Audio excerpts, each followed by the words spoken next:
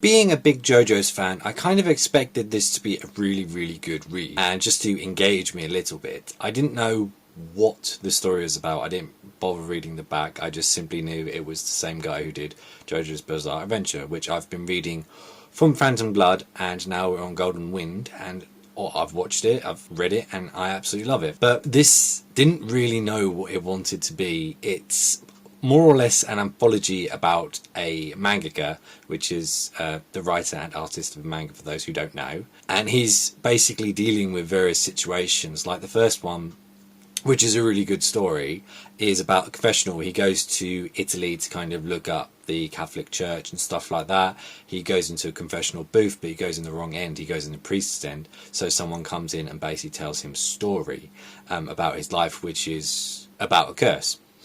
Very good, very interesting, very compelling.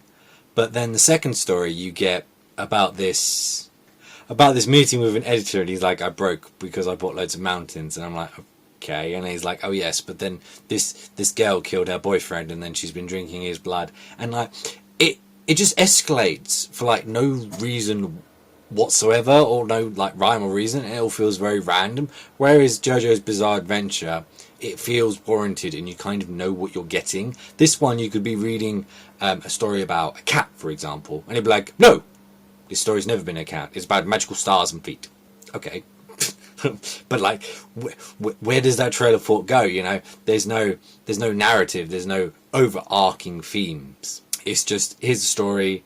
It's very random. It's very weird. Move on to the next one. The mangaka characters the same throughout the stories, where he doesn't really get involved. You know, he will hear a story from someone or witness it, but he doesn't really take part in the story. He's more of, as weird as it sounds, he's like a storyteller, even though he's not the storyteller in some of them. I know that sounds weird, but if you enjoy JoJo's, I would not recommend this. It's messy at best, and it just doesn't work. It just doesn't work as a story, which is heartbreaking. But yeah, it wasn't for me, and I didn't enjoy it.